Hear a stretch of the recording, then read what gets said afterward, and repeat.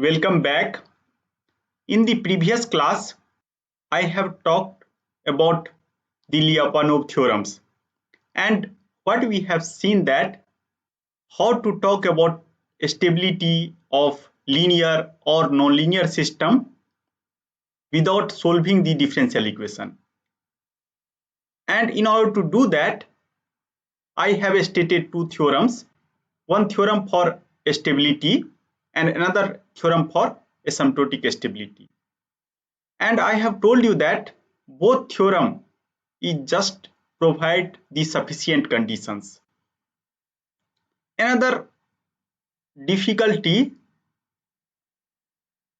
we are facing whenever we are applying those kind of theorem, how to find the energy like function, because we have just seen that if there exists some energy like function, and if that function Vx is greater than 0 for all x and 0 at the equilibrium point, and after that if we see the rate of change of that function along the system trajectory, if that is negative definite or negative semi definite, then we are talking about asymptotic stability or stability if that is negative semi definite. But now main concern is that how to define that function. And if you have some system, nonlinear system, it is very difficult, really very difficult to guess that kind of function. But particularly for linear system, we are lucky, we have very much systematic way to to get that kind of function, and somehow that function is motivated from the theory of positive definite matrices. So basically we are going to see the physical interpretation of positive definite matrix and how basically that is connected with the energy. One more important point, during the class of eigenvalue and eigenvector, what we have seen that if I know the eigenvalue and eigenvector for linear system, then I can express the solution. And if all eigenvalue of some matrix, so I have system x dot equal to ax, and after that what we are doing, we are looking the eigenvalue and eigenvector of the x dot equal to ax. So this is the system matrix, this is called system matrix, because I have told you that whenever we are talking about Lyapunov stability, at that time we are assuming that whatever input that is not present, or we design input such a way such that my system is converted like this. So by solving also I can talk about stability, because we already know that how to express solution in terms of eigenvalue and eigenvector. And if all eigenvalue is negative, then what happens? You can start anywhere. Finally we are going to converge at x equal to 0, that is the equilibrium point. So that is one of the simple tests. If all eigenvalue by solution you can see so is strictly negative, then I can tell that system is asymptotically stable. Now I am going to see the stability of same system using some kind of Lyapunov framework. And why that is important? Because we are going to see stability of linear as well as non-linear system using common language.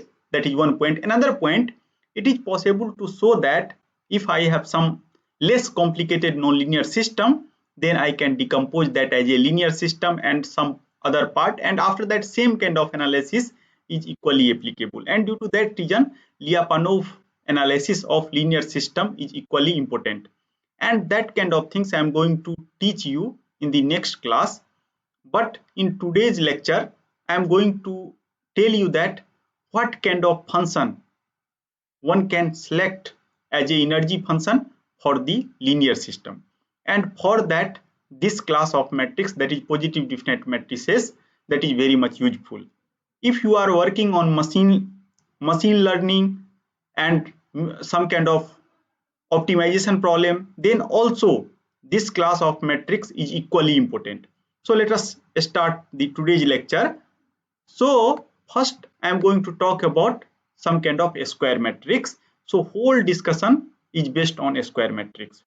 After that, we all are already well aware that what is meaning of symmetric matrix. So whenever some square matrix is symmetric, then they will satisfy this kind of property, m equal to m transpose. It means that if matrix m, one element of matrix m I have denoted like I and j, then that will satisfy this kind of relation. So I hope that you are already well aware about this fact. So due to that reason, I will not discuss this definition in depth again. And definition of a skew symmetric matrix is m equal to minus m transpose. And after that, what is basic property, that you can take any square matrix. It is possible to show that that matrix can be represented in form of symmetric matrix plus skew symmetric matrix. And due to that reason, I have written here, and it is pretty easy to check, because m plus m transpose by 2 and m minus m transpose by 2. So if you add this, then finally I will again get this value m. And now for checking purpose, you can take any 2 cross 2 matrix or 3 cross 3 matrix and try to see that why this part is symmetric and why this is skew symmetric. So this is very easy task. I am not going to perform here. Now let us come to the some more property. So what we are telling, that I have certain matrix and I am going to map that matrix with some kind of a scalar function. So how to do that? Suppose if you have m that is n cross n matrix, and for time being I am assuming that all entry of that matrix is just a real number. I am not going to talk about complex number. Most of time real number is enough for our analysis.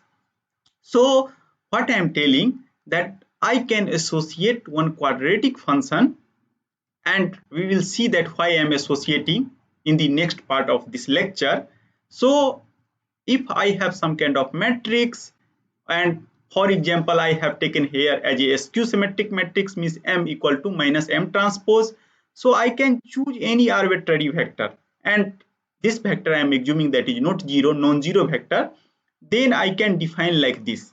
So here you can see that this is n cross 1. So this become 1 cross n, and this matrix is n cross n matrix, and this is again n cross 1. So finally I have 1 cross 1 quantity comes into picture, and that is a scalar quantity. Now one important thing you try to see here, that if that is a scalar, then if I take the transpose of a scalar quantity, then that remains the same. So due to that reason, I have again calculated transpose, and I am telling that is exactly equal to that quantity, and due to that reason I have get this kind of term x transpose mx. So in this way, what we have seen, that quadratic function associated with any skew symmetric matrix, that is equal to 0. So, and what we have observed sometime before, any matrix can be decomposed in terms of symmetric matrix, or can be represented in terms of symmetric matrix plus skew symmetric matrix. So if you are going to make some kind of quadratic function of this square matrix, now you can take any square matrix, and what we have observed here, that quadratic part associated with skew symmetric matrix is 0. So even if any square matrix you can start, whatever quadratic function that comes into picture, that is only due to the symmetric part. So due to that reason, now onward I am just going to concentrate on symmetric matrix, because if I map n cross n matrix using help of some vector to a scalar function, then a skew symmetric matrix is not going to play any part. And due to that reason, I want to limit my discussion on symmetric matrix. So due to that reason, I am going to start with symmetric matrix, and now try to see some property. So what is first property? You might have already learned about this, but I am going to recall that all n eigenvalue. So if I have n cross n matrix, then what happens? That all eigenvalue of symmetric matrix, here in order to distinguish a square matrix and symmetric matrix, I am going to use another notion S, are real number. So it means that you have some symmetric matrix where each component is real number.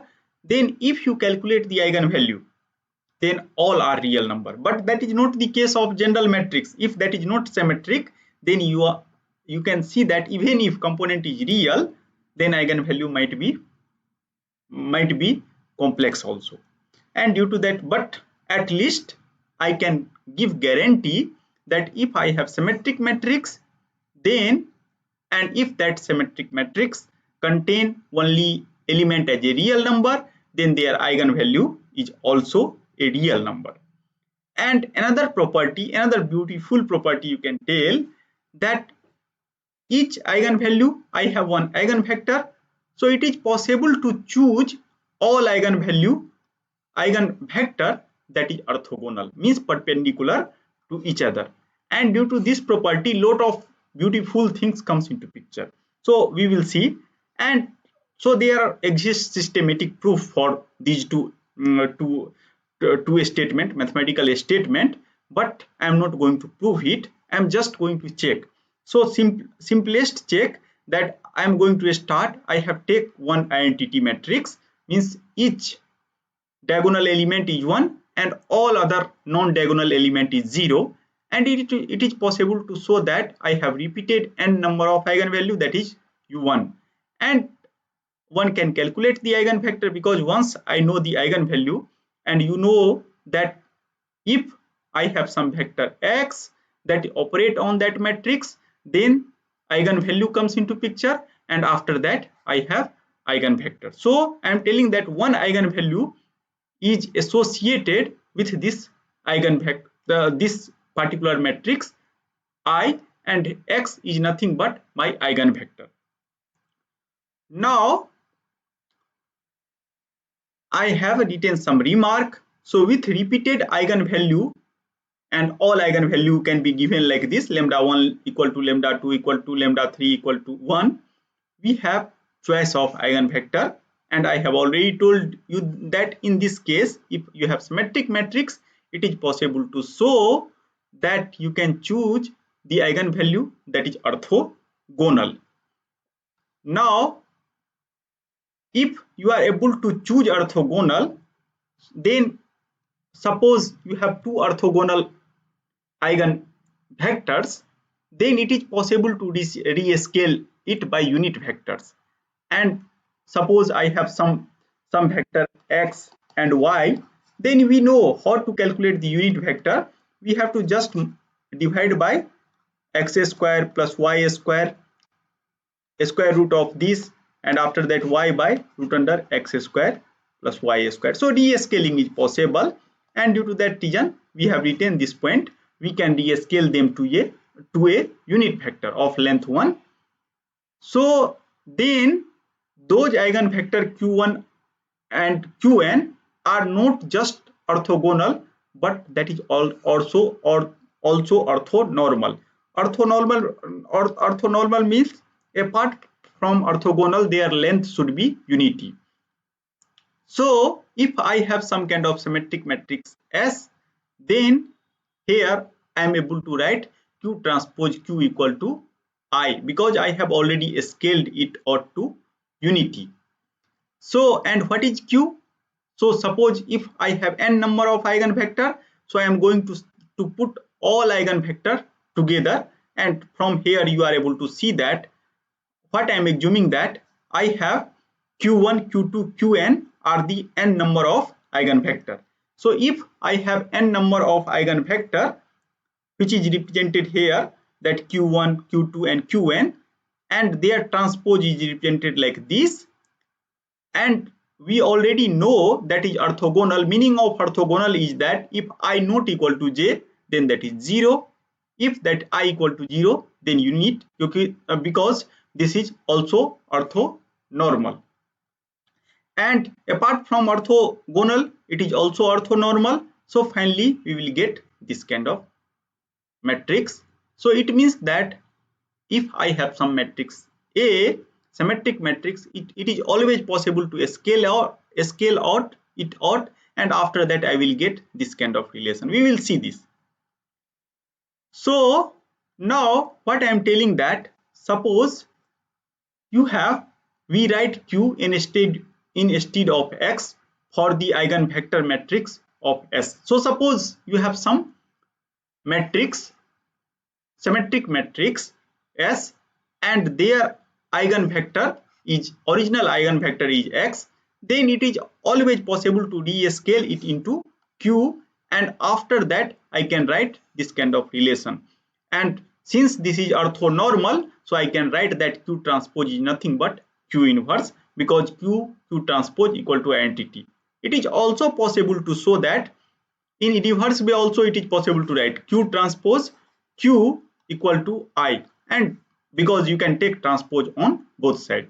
So either you can write Q transpose equal to identity in case of orthonormal matrix, or Q transpose equal to Q inverse, or Q transpose Q equal to identity. All statements are mathematically equivalent. Now suppose I have some square matrix A, and I know their eigenvalue, and what I am going to do, I am going to put all eigenvalue along some kind of diagonal matrix. So here this is nothing but some kind of diagonal matrix, null matrix, and entry of each diagonal element is nothing but eigenvalue of A. Then I will get some matrix, and corresponding to each eigenvalue I have certain kind of eigenvector. I am going to put that eigenvector inside this vector X. Now it is possible to show that, I have already told you that by concept of unit vector I can able to convert this like this. So here Q, here each vector has length unity. So finally this matrix A is transformed to S, where Q and this lambda remains the same, and Q transpose. And here I am going to state one theorem without any proof, that is called a spectral theorem, and it is very important. Lot of other branches people are using. So in computer science people are using, in graph theory people are using, electrical engineering people are using, optimization people are using. So lot of place in machine learning people are using. So due to that reason you have to become familiar with this particular theorem.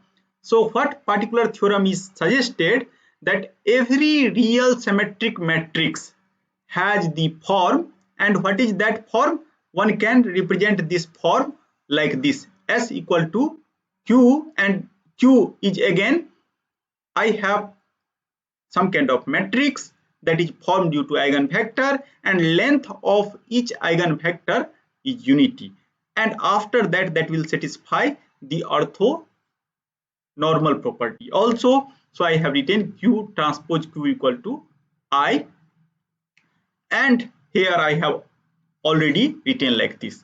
So this is very general theorem. Now let us come to the one special class of matrix, a special class of symmetric matrix basically, that is positive definite matrices. And here what happens, what we have seen till now, that if I have some kind of symmetric matrix, then the eigenvalue of that symmetric matrix is always real if entry of each element in symmetric matrix is real. Now here I am going to restrict some more on the symmetric matrix, and I am going to talk about those class of matrix, symmetric matrix, which satisfy this definition, that is called positive definite matrices. And we know that what is meaning of symmetric matrix. It means that S equal to S transpose, and all eigenvalue are real. So what is test for positive definite matrix? A positive definite matrix has all positive eigenvalue. So whenever you have some matrix, then symmetric matrix, you can calculate the eigenvalue and see if all are positive, then that is positive definite. And I have already told you that if you know the definition of positive definite, then equally you are able to state the definition of negative definite. So what is definition of negative definite? That a negative definite matrix has all negative eigenvalue. So if you understand the first definition, it is possible to talk about second definition. Now I am going to talk about one of the beautiful property. Somehow this test is talking about the positive definiteness of the symmetric matrix. Also, this is going to relate the energy, and I have already told you that Lyapunov function, whenever we are talking about Lyapunov stability, at that time I have to talk about the energy, and energy is always a scalar. So try to see how basically positive definite matrix one can check based on energy definition. So what we are telling, this is also called quadratic, we have already seen. So S is positive definite if the energy, and energy is always a scalar. So I have told you that here if S belongs to all entry is real n cross n matrix, then this X is nothing but X that belongs to R n cross 1, then X transpose is 1 cross n, and finally this whole quantity is belongs to R. So what we are telling, that this function X transpose Sx should be greater than 0 for all x not equal to 0, and obviously when x equal to 0, then this equal to 0, and this is nothing but the one of candidate of the Lyapunov function. So just if S is positive definite, then there is no need to worry. That is the one of candidate for the Lyapunov function. And after that, it means that I can define V x equal to X transpose S x, where S is positive symmetric definite matrix. Then this will satisfy the property of Lyapunov function, and using this function I can talk about the stability. That is the beauty. So let us try to see the again this test how that will work. So if I select S equal to I, means extreme case I have taken, means I have some kind of entity matrix, so all eigenvalue equal to 1, and I have already told you that if eigenvalue is 1, then it is possible to write like this. I have some matrix I, if I operate on some vector, and after that I can equally able to write lambda into x. So, and here what is lambda? Lambda is unity, and due to that reason I can write like this, and X transpose X for all x, this is greater than 0. Now you try to see for some 2 cross 2 matrix. So extreme case we have already seen that is always positive, and what we have seen here, all eigenvalue is also positive. So I have two different tests. First test is suggesting you can see eigenvalue. Second test is suggesting that there is no need to see the eigenvalue. Just what you can do, you can see the energy. And how to define energy? You can take matrix, you can multiply with some vector, and again multiply with transpose of that vector. So let us try to see that how to test that 2 cross 2 matrix is symmetric. So here this is symmetric matrix. Why this is symmetric? Because S equal to S transpose, and energy I have defined like this, and here x1 and x2 is any vector, any quantity I can take here, positive, negative, that doesn't matter. So here you can see that I can, after simplification of this matrix, I will get this kind of function.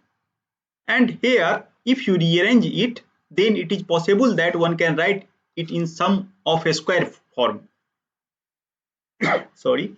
So if you write this in sum of a square form, then it is possible to show that for all x1 and x2, if that is non-zero, then that is positive. If that is zero, then that is zero. So for all x not equal to 0, it means that x1 and x2 not equal to 0, this is positive.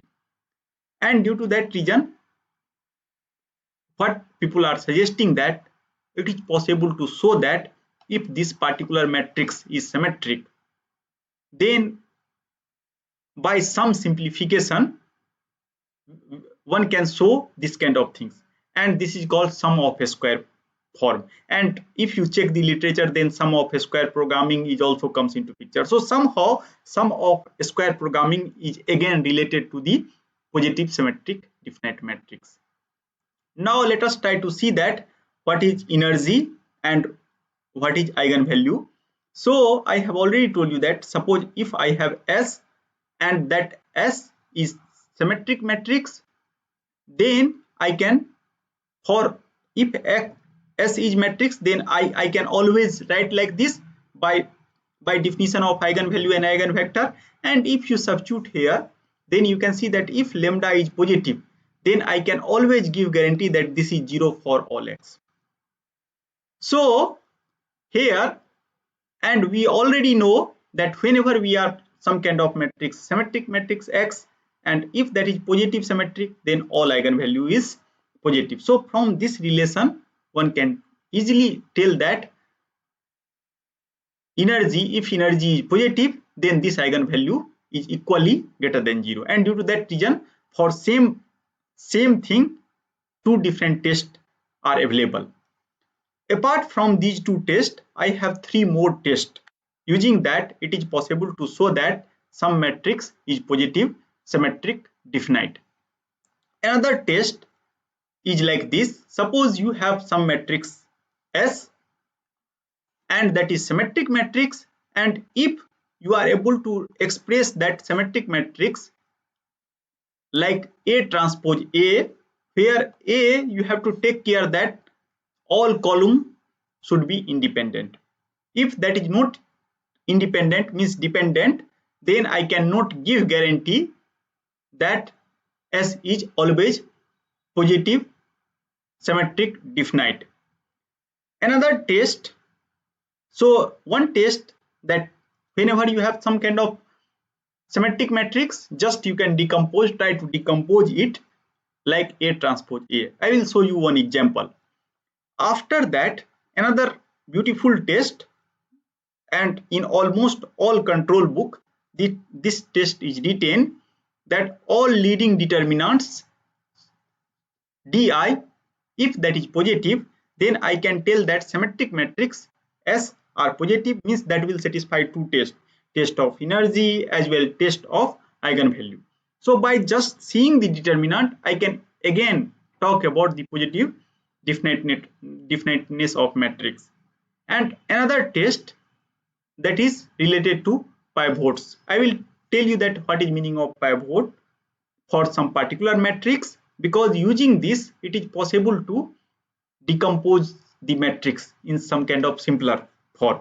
So I have different tests. So whenever you have some matrix, and if you have a square matrix, each entry is some kind of real number, then either you can see the determinant, you can see the energy, you can see the leading determinant. After that you can see the pivots, or you can also try to decompose that matrix into A transpose A, where A all columns are independent. Then these five methods, using any five methods, I can talk about the positive definiteness of matrix.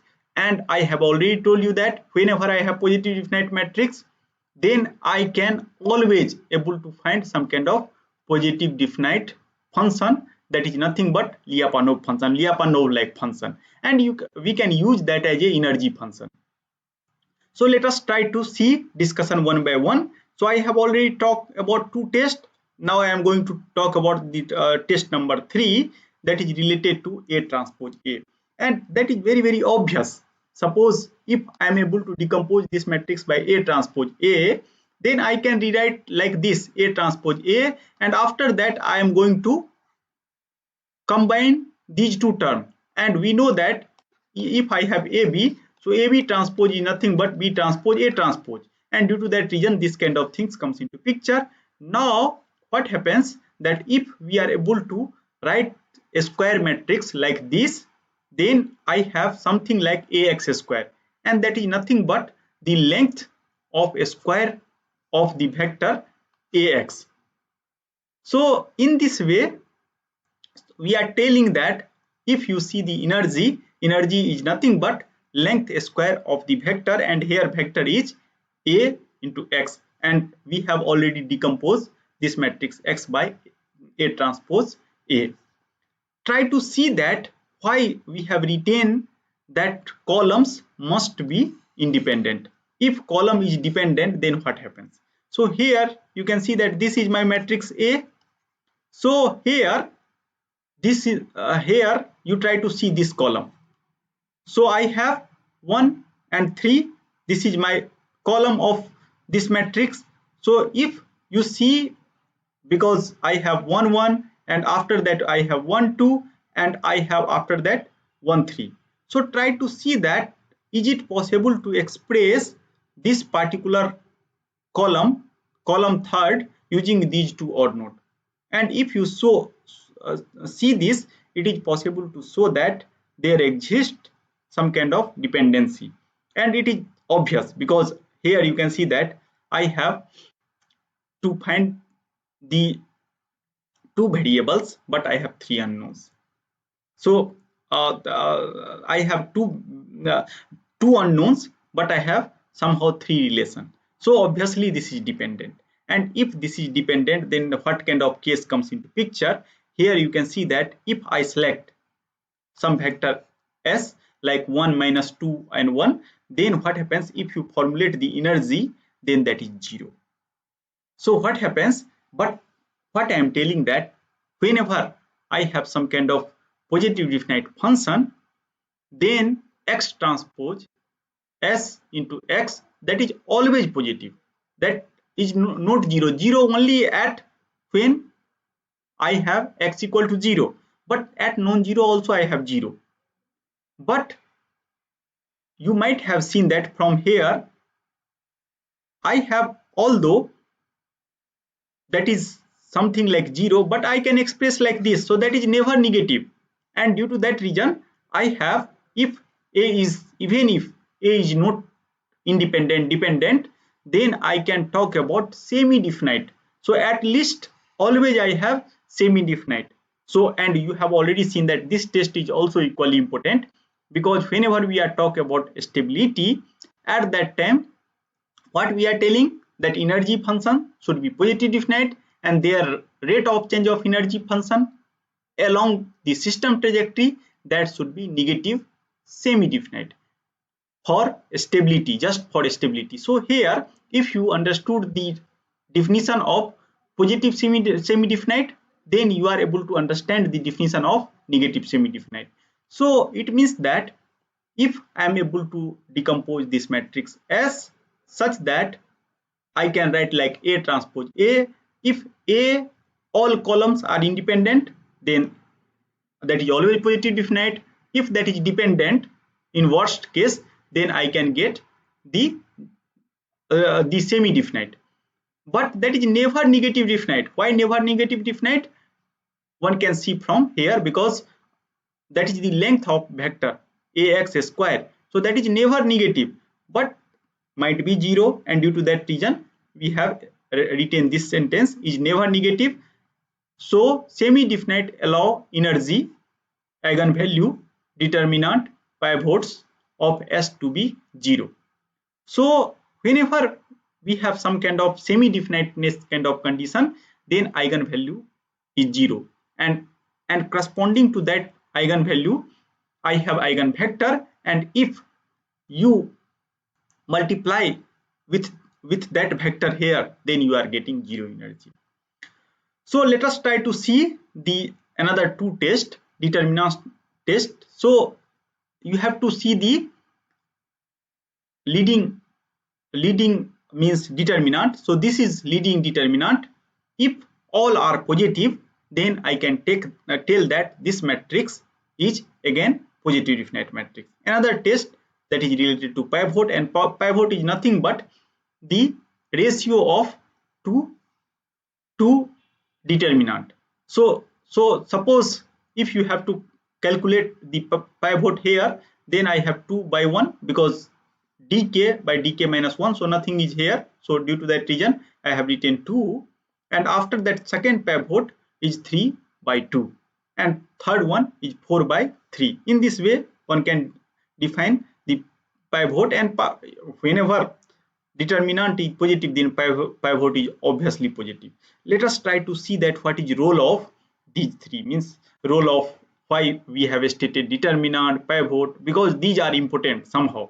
So let us try to see that. Suppose I have some symmetric matrix S, it is possible to show that I can express that symmetric matrix using some kind of triangular factorization, that is called elimination. Some elimination process, it is possible to show that symmetric matrix can be represented like L into U. You have already perhaps learned about this, because this is very good and very important. For several analysis we are using this kind of things, and where L had all 1 in the diagonal entry, and what is U? U contain the pivot, and due to that reason I have told you that concept of pivot is equally means equally important than the determinant, although I can calculate the pivot from the determinant only, leading determinant from the leading determinant only. So let us try to see.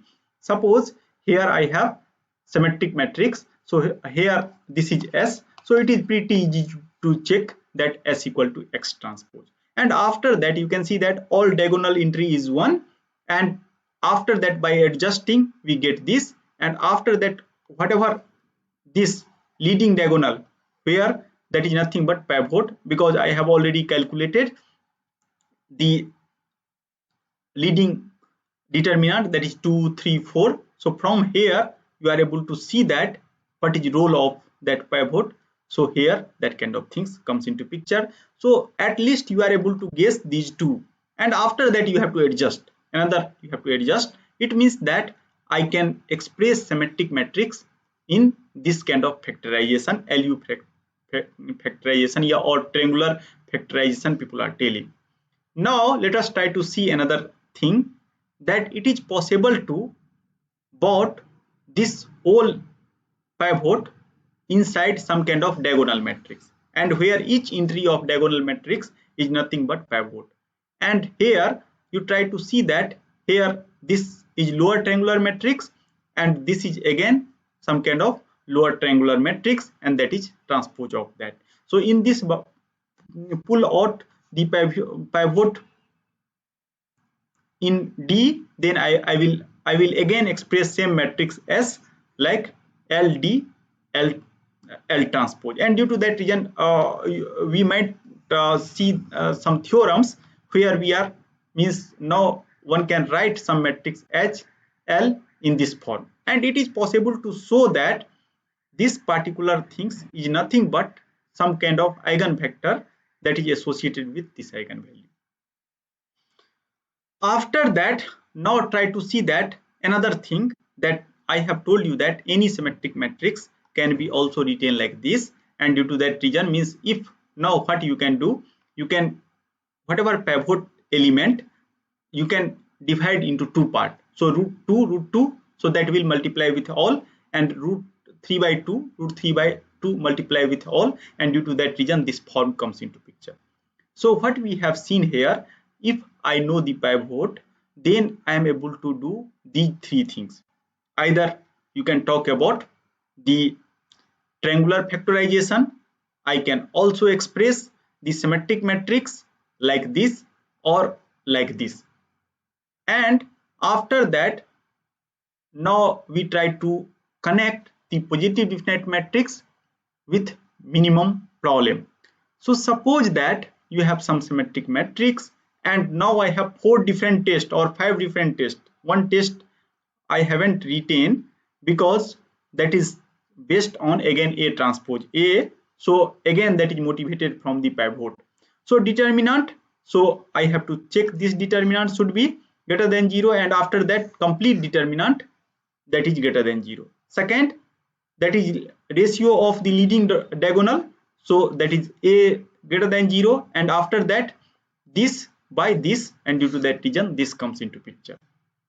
Third test, all eigenvalue should be greater than 0, and energy, whatever energy function, that I have to show that that is also greater than 0, and we are going to see the geometrical interpretation of this energy function.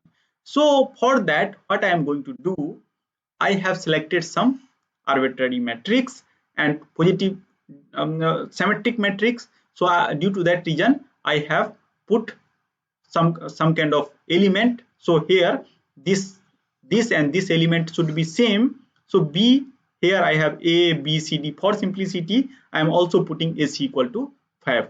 So here you can see that eigenvalue of this matrix is positive. So I can tell that whatever matrix I have selected, that is positive symmetric definite.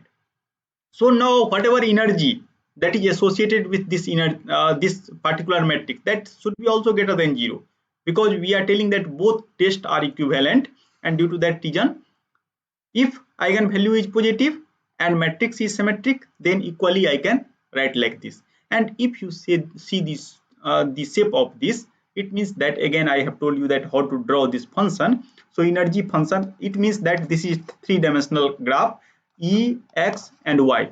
So you can select two axes, and if you plot this, then it is possible to show that ball is opening upward and minimum of this ball at 0, 0. And we have already seen that means whenever we are talking about the energy of some system and their shape is actually like this, and I have unique minima. So in this way, now our means if I have certain kind of function and I have to show, suppose I have to show that there exists a unique minima, and if we are able to associate with some matrix, then positive definite matrix, then it is possible to show that I can get unique minima. And due to that reason, we are telling that positive definite matrix, that is means from linear algebra, and minimization problem is from calculus. So both are somehow connected using these two definition. So in algebra, what we are doing, we are seeing the eigenvalue and we are defining any things in terms of eigenvalue and eigenvector, and after that in calculus we are defining things in terms of function, and after that we are establishing this relation. You might have seen this kind of problem during your school time, that you have certain kind of function, and after that if some minima exist at x equal to x0, then what kind of condition is required for the minima. And you might have seen at that time that, or remember now, dou f by dou x equal to 0, and their second derivative should be greater than 0 at x equal to x0, then I can give guarantee that at x equal to x0 I have certain kind of minima. But now what happens that now things become more complicated. So sometime it might possible whatever function you have that contain two variable, three variable, n variable. In case of machine learning, I have very large number of variable, and at that time you have to select, sometime you have to select unique minima, you have to select unique maxima, or at least local minima, local maxima. So how to solve that? So here try to see that again, that is connected to positive definite matrix. So suppose that you have some function that contain two variables x and y, and suppose I have minima at x and y0, then this kind of condition, dou f by dou x. Why I have taken partial derivative? Because f is function of x and y, and here again f is function of x and y, so that should be 0. And after that what happens, that 2 cross 2 matrix comes into picture, and you have to just make sure that there is positive definite matrix, then it is possible to show that this point x0 and y0 has minima. Suppose now you have three variables, then dou f by dou x equal to 0, dou f by dou y equal to 0, dou f by dou z equal to 0, and this become 3 cross 3 matrix. And you know how to talk about positive definite matrix. Either you can perform any test, any 5 tests you can perform, and after that you can give guarantee that x1 and x0 has minima. So that is the one connection of positive definite matrix with minima. And somehow whenever we are talking about stability also, and if I am talking about the asymptotic convergence, or at least the stability, at that time we want to catch that minima if that is unique. So that is somehow, that is the connection between energy function and minimization problem, as well as positive symmetric definite matrix and their property. Now try to see the geometrical interpretation of positive definite matrix. So suppose if you have this kind of equation, and during preparation time you might have seen that this is nothing but equation of the ellipse. Now what I am going to do, I am going to take same kind of positive symmetric definite matrix whatever I have taken just now, and after that we know the eigenvalue of this matrix. And what I am going to do now, whatever energy that comes into picture, now I am going to scale that energy by 1. It means that I am going to assume that energy equal to 1. In this way, whatever energy function, that is nothing but called energy ellipse, because energy function is defined like x transpose s into x, where s is nothing but positive symmetric definite matrix. Now I am going to equate it with 1, then that is converted like ellipse, and due to that reason we are telling that this is nothing but energy ellipse.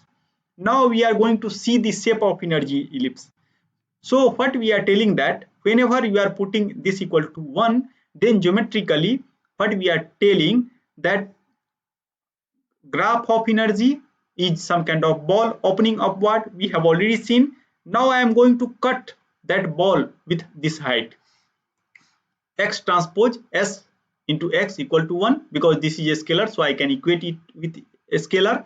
And the curve that go around the cut is in ellipse, in 2-dimensional plane, and in higher dimensional plane that is called ellipsoid.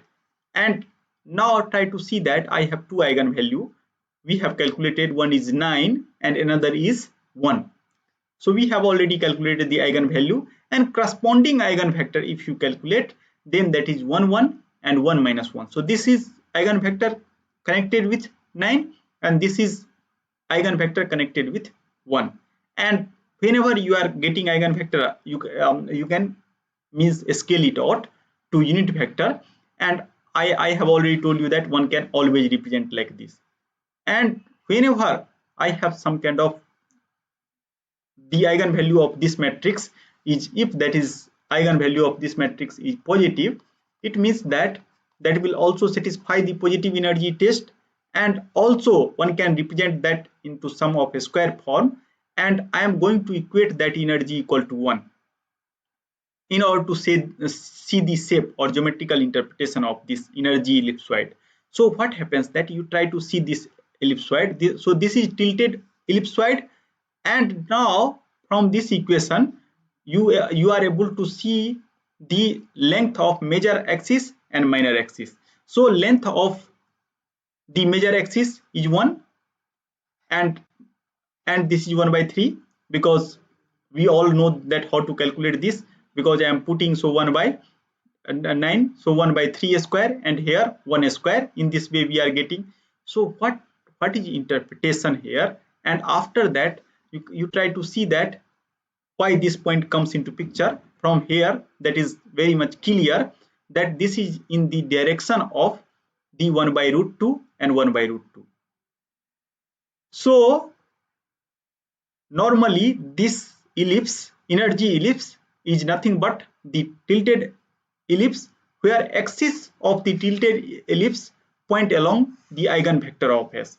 So if try to see the connection here, S is I have positive symmetric definite matrix square, positive symmetric definite matrix, and after that if you scale out this energy by unity, then you have ellipse, and if you see the shape of ellipse, then axis of ellipse is along the eigen value of that particular matrix, and after that try to see the length of that ellipse.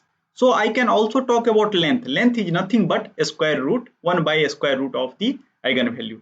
So in this way I can able to interpret the energy ellipse based on the definition of the positive symmetric definite matrix. So I have definition of ellipse, I have definition of positive symmetric definite matrix, I have definition of the energy function, and all are geometrically somehow coupled, and this is the very beautiful interpretation of the all three connections. And you already all are well aware, then one concept is from coordinate geometry, another concept is from calculus, another from algebra, and how beautifully one can understand or mix these three concepts. And due to that reason I have decided to take one separate lecture on this particular topic, that is positive definite matrix. This is very useful in machine learning also, because in machine learning you have again find some kind of minima, and again same kind of things comes into picture. One more inequality which is associated with positive symmetric definite matrix, and that is very useful to prove asymptotic stability and even if exponential stability of linear system, and that is called Rayleigh inequality.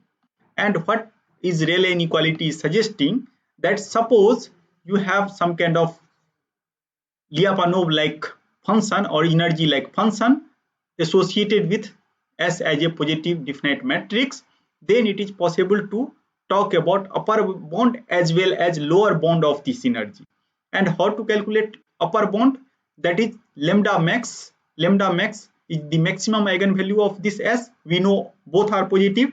So when two quantities positive, then it is pretty easy to tell that which is a smaller, which is larger. So that lie between a smaller and larger. And try to see the proof. Proof is pretty simple again.